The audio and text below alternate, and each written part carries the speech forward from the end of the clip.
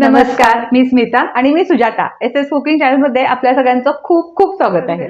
तर आज आपण करतोय कॅशू कुकीज ही रेसिपी, आणि त्या जे काही कुकीज आहेत, बिस्किट आहेत, ते आपण गॅसवर करणार आहेत. आणि त्याच्यासाठी आपण स्टेप बाय स्टेप जाऊया. तर पहिली स्टेप जी आहे ते प्री हिटिंग असतं. म्हणजे कुठलेही केक म्हणा, बिस्किट म्हणा, हे जेव्हा आपण करतो तर तेव्हा प्री हिटिंग करणं फार गरजेचं असतं. म्हणजे जेव्हा ऍक्च्युली आपण त्याच्यामध्ये बिस्किट किंवा केक ठेवतो प्री हिट केलेल्या पॅन मध्ये, तेव्हा त्याची क्रिया लगेच जी आहे भाजायची ती सुरू होते. तर त्याच्यासाठी प्री हिटिंग करणं फार महत्वाचं असतं. तर त्याच्यासाठी आता आपण इथे जाड बुडाची कढई घेतली आहे. शक्यतो जाड बुडाच्या कढईया ज्या असतात त्या अॅल्युमिनियमच्याच असतात, म्हणून इथे आपण मोठी कढई घेतलेली आहे. ही छान जाड आहे. आणि आता त्याच्यामध्ये आपण काय करूया, खाली मीठ घालूया सगळीकडे. आणि हे जे मीठ आहे ते परत आपण यूज करू शकतो. म्हणजे असं काही नाही, हे पूर्ण थंड झालं की पुन्हा हे बरणीत भरून ठेवायचं, तेच पुढच्या वेळेला वापरायचं. तर आता आणि खाली ते मोठं मीठ घेतलं तरीही चालू शकतं चालेल. किंवा बारीक कुठलं तुमच्याकडे असेल ते तुम्ही वापरू शकता. मिठाचा जाड थर असा खाली लावून घ्यायचा. त्याच्यामध्ये ही जी काही रिंग असते आपल्याकडे ती ठेवायची, किंवा रिंग नसेल अगदी तरी जाडबुडाची कढई म्हणा, छोटी वाटी, कढई, असं काही जरी ठेवलं तरी हरकत नाहीये. आणि आता आपण ह्याला झाकण ठेवूया. आपल्याकडे पराती असतात मोठ्या मोठ्या घरात, किंवा ताट जरी असलं ते असं पालथं घालून ठेवायचं झाकून, आणि गॅस चालू करायचा. आणि मध्यम आचेवर आपण हे प्री हिटिंग करायला ठेवूया. आणि हे बरोबर प्री हिट होतंय तोपर्यंत आपण जे बिस्किटाचं पीठ तयार करणार आहे, मळून घेणार आहे, ते आपलं बरोबर 10 मिनिटं लागणार आहे त्या सगळ्या ह्याला. तर आता आपलं हे आपण प्री हिटिंग सुरू करूया. कुकीजसाठी जे पीठ लागणार आहे ते तयार करून घेऊया. तर त्याच्यासाठी आपण बटर घेतोय. तुम्ही तूप घेतलं घरचं तरीही चालेल, विकतचंही तूप चालेल. आपण इथे बटर घेतोय कारण बटरने थोडीशी टेस्ट आणि खुसखुशीत, आणि हे सॉल्टेड आहे ना बटर, त्यामुळे त्यामुळे बिस्किटाला थोडीशी मिठाची टेस्ट आली ना की बिस्किट खूप छान लागतं. आपण हे 100 ग्रॅमचं पूर्ण घेतोय.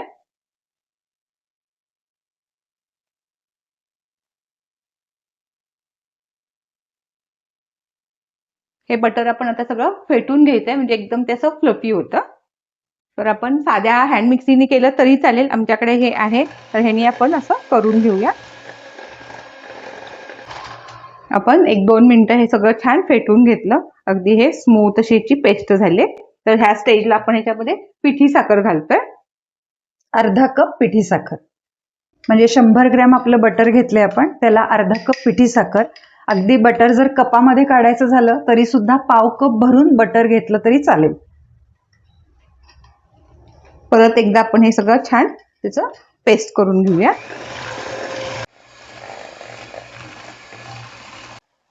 ऍक्च्युली ब्लेंडर आपल्याकडे असायलाच पाहिजे असं काही नाहीये. जेव्हा तुम्ही फक्त बटर जे आहे ते हलकं होईपर्यंत हाताने फेटलं एका डायरेक्शननी तरी हरकत नाहीये.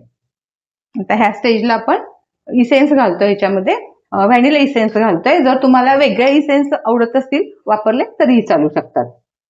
पाव चमचा फक्त इसेन्स घालतोय व्हॅनिलाचा, कारण खूप इसेन्सचा वास बिस्किटांना सुद्धा फार चांगला लागत नाही. आता एखादा मिनिट इसेन्स घातल्यानंतर फक्त आपल्याला फेटायचंय.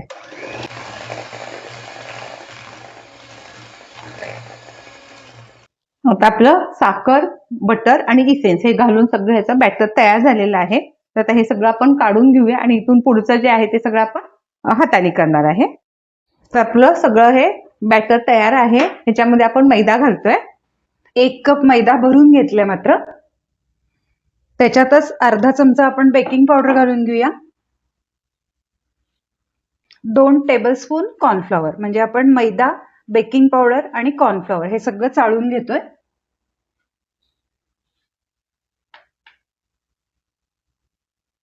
तर आपण ह्याच्यामध्ये मैदा, कॉर्नफ्लॉवर आणि बेकिंग पावडर सगळं चाळून घेतलं. मैदा नेहमी फ्रेश घ्यायचा कधी कुकीज, केक करताना. तर ते सगळं एकसारखं एकत्र सगळं ते मिक्स होतं, म्हणून एकत्र सगळं चाळून घ्यायचं ते. आणि आता आपण हे सगळं चमच्यानी एकत्र करून घेऊया आणि हाताने छान मळून घ्यायचं याला. पण बाकी कशाचाही वापर करत नाही, दुधाचा वगैरे, फक्त बटरमध्येच आपण सगळं हे करून घेणार आहे. आणि पूर्ण मळल्यानंतरच आपल्याला कळणार आहे की एखादा चमचा अजून मैदा लागतो किंवा नाही लागतो. कारण आपलं कसं बटर आपण किती घेतोय किंवा मैदा कसा भरून घेतोय ह्याच्यावरती हे त्याचा जो बॅटर तयार होणार आहे ते राहतं. आणि शिवाय हाताची आपली उष्णता लागली ना, जेव्हा आपण मळणार आहे पीठ, तेव्हा थोडीशी हाताची उष्णता लागली की ते थोडंसं सैलसर झाल्यासारखं होतं.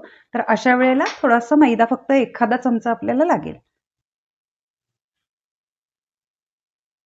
तर आता आपण हे अगदी 2-3 मिनिटच फक्त सगळं एकत्र मिक्स करून घेतलंय. आणि एक्स्ट्रा मैद्याची, म्हणजे अजून मैद्याची गरज गरज नाहीये. लागलेली आपलं पीठ नाहीये, अगदी अगदी परफेक्ट perfect झालेलं आहे. आणि हा अगदी आता आपला हा गोळा अगदी चीर वगैरे काही पडत नाहीये, एकदम स्मूथ असा तयार झालेला आहे. तर आता आपण ह्याची बिस्किट तयार करून घेऊयात. मस्त आपलं हा बिस्किटांचं कणिक तयार आहे. तर आता मेजरमेंटसाठी आपण एकसारखी बिस्किट यावीत यासाठी मेजरमेंटसाठी आपण चमचा घेऊया आणि हे जे काही पीठ आहे ते एवढं घेऊया. तो हातावर घ्यायचा. हा हाताने असा गोळा आधी त्याचा तयार करून घ्यायचा.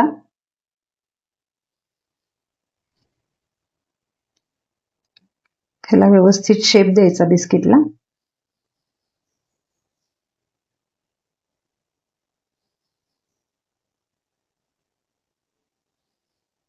आणि आपण जो काही बटर पेपर घालून ठेवलेला आहे डिशमध्ये, ज्या डिशमध्ये आपण सगळी बेक करणारे बिस्किट, ती फक्त अंतरावर ठेवायची. याला कुकीज लावायच्या. चॉकलेटचे आपण चेको चिप्स लावतोय. आणि काजूचा असा. तर त्यामुळे तुम्ही असे स्माइली करू शकता, म्हणजे दिसायला पण छान दिसतात. आता याच पद्धतीचं अजून एक बिस्किट करून घेऊया. हा हातावर व्यवस्थित मळून घ्यायचा, म्हणजे तो छान गोळा तयार होतो. असा गोळा झाला की त्याला थोडासा साईडनी असा परत शेप द्यायचा व्यवस्थित, म्हणजे एकसारखा त्याचा कडा पण होतात बिस्किटांच्या. आणि थोडंसं अंतर ठेवायचं दोन बिस्किटांच्या मध्ये, कारण ह्याच्यामध्ये आपण बटर घातलंय आणि ती अशी फुलणार आहेत नंतर. त्यामुळे दोन बिस्किटांच्या मध्ये अंतर ठेवायचं. याला परत चोको चिप्स लावून घेऊया आपण. आणि आता याच पद्धतीने आपण सगळी बिस्किट तयार करून घेऊया.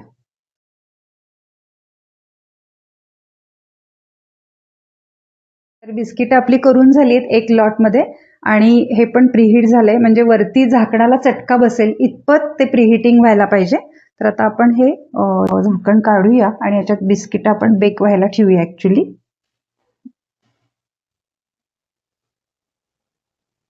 तुम्ही बघू शकता की अशा पद्धतीनं आपण फक्त काय केलेलं आहे, दोन बिस्किटांच्या मध्ये भरपूर अंतर ठेवलंय, कारण ह्याच्यामध्ये बटर आहे आणि हे जशी जशी बेक होतील तशी तशी ती फुलणार आहे. तर त्याला एकमेकांना चिकटू नये म्हणून आपण त्याच्यामध्ये अंतर ठेवलंय. ही बिस्किट सगळी अशी ठेवायची आणि पुन्हा त्याच्यामध्ये वरती परत आपण झाकून ठेवूया.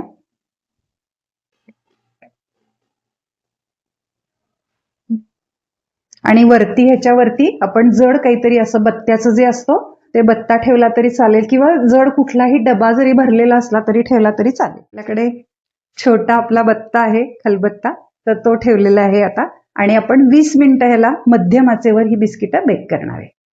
15 मिनिटं झाली आहेत. आपण मध्यम गॅसवर बिस्किटं ठेवली होती. तर आता एकदा फक्त चेक करूया. आपल्याला टोटल 20 मिनिटं लागणार आहेत. एक 15 मिनिटं झालेली आहेत. एकदा चेक करूया. कारण कशी आपण करतोय, म्हणजे पातळ करतोय, जाड करतोय, त्याच्यावरती सुद्धा टायमिंग राहतं. त्यामुळे 15 मिनिटांनी आपण 12 मिनिटांनी चेक करायचं. हा मस्त. म्हणजे ह्या स्टेजला मला असं वाटतं की आता हे झालेले आहेत, म्हणजे थोडासा लाईट ब्राऊन कलर यायला लागलाय. बिस्किटांच्या कडेने बघितलं आणि उचलून बघायची फक्त गडबड करायची नाही. पूर्ण 20 मिनिटं त्याला होऊन द्यायची. आणि अगदी वाटलं तर स्पॅच्युलानी थोडंसं बघायचं की खालून ते बिस्किट झालंय का. तर लाईट ब्राऊन कलर आलेला आहे. आपल्याला अजून 5 मिनिटं लागणार आहेत. तर पुन्हा हे झाकून ठेवूया एक 5 मिनिटासाठी आणि गॅस बंद करून ठेवणार आहोत आपण. 15 मिनिटं मीडियम गॅसवरती ठेवलेले होते करत. तर 15 मिनिटात आपली झालेली आहेत बिस्किट जशी पाहिजेत तशी. पण आता आपण गॅस बंद करणार आहोत आणि अजून 5 मिनिटं आपण असं झाकून ठेवायचं, म्हणजे आतल्या हीटवरती ते वरून पण छान अगदी आता ब्राऊन कलर येतो आणि खुसखुशीत पण होतात, खुसखुशीत एकदम होतात. गॅस बंद करते आणि एक आपण 5 ते 7 मिनिटांनी पुन्हा एकदा त्याला उघडून बघूया ते कितपत छान क्रिस्पी झाली. गॅस बंद करून 5 मिनिटं झाली आहेत आणि आता परत आपण सगळं आता उघडून बघूया. ही बिस्किट आणखीन छान बेक झाली असतील. मस्त. वा, एकसारखे सगळे अगदी कलर झालेले आहेत ते. मस्त असे छान खरपूस झालेले आहेत. एक उचलून पण बघूया आपण. थंड पण झाली आहेत बिस्किट आणि आपण थोडस बघूया की ते कितपत छान झाली आहेत ते. हा, अशी मस्त खरपूस झालेली आहेत. आणि जशी थंड होतील तशी अजून ते खरपूस खरपूस होतात. आणि आपलं खरं गॅसवर करताना फक्त थोडासा खालून जास्त हीट लागते, त्यामुळे थोडंसं काळपट होतं. पण ते जर तुम्ही ओटीजी मध्ये केलं किंवा कन्व्हेक्शनला मायक्रोव्हन मध्ये केलं तरी अगदी सगळीकडून एक म्हणजे सारखा थोडासा रंग येतो. वरून सुद्धा त्याला अजून थोडासा खरपूस कलर येईल. पण आता सुद्धा इथं छान मस्त लाईट अगदी ब्राऊन कलर आलेलं जेवढा आहे. आपल्याला अपेक्षित आहे तेवढा आलेला आहे. खालून पण असं छान मस्त क्रिस्पी झालेलं आहे, ते खरपूस झालेलं आहे आणि हाताला माझ्या अगदी छान जाणवतंय ते. आपण एखादं छान मोडून पण बघूया त्याच्यातलं. आणि त्याला आपण जे काही चोको चिप्स आणि काजू लावले त्याच्यामुळे मस्त स्माइलीचा असं त्याचा फेस तयार झालाय. म्हणजे सुट्टीत म्हणजे मुलांना अगदी म्हणजे खूप त्यातल्या त्यात छान आपण आहे. छान अट्रॅक्टिव्ह केली आहेत की केलेत. अशी. तर छान मोडून बघूया एक बिस्किट. मस्त अगदी म्हणजे खुसखुशीत दिसतच आहे ते, इतकं खुसखुशीत म्हणजे आहे. आपल्याला दिसेल की खाली छान खरपूस झाली आहेत, मध्ये मस्त अशी बेक झालेली आहेत आणि जशी जशी अजून गार ही थोडीशी कोमट आहेत अजूनही. जशी जशी ती गार होतील तशी तशी ती आणखीन क्रिस्पी होतील. आणखीन एखादा आपण छान मोडून बघूया. आणि आपण केलेली होती त्याच्यापेक्षा साईज सुद्धा आपली केवढी ती मोठी झालेली आहे. हा. म्हणजे अगदी ते छान फुललेले आहेत सगळे. मस्त.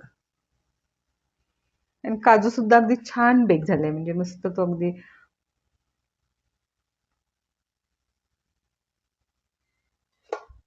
खाऊन बघायचंय. इतके मस्त कुरकुरीत लागतात आत्ताच. आणखीन गार झाल्यानंतर आणि त्यात जे आपण बटर वापरले ते सॉल्टेड होतं आणि खरोखरच त्यामुळे इतकी छान टेस्ट आली आहे त्याला.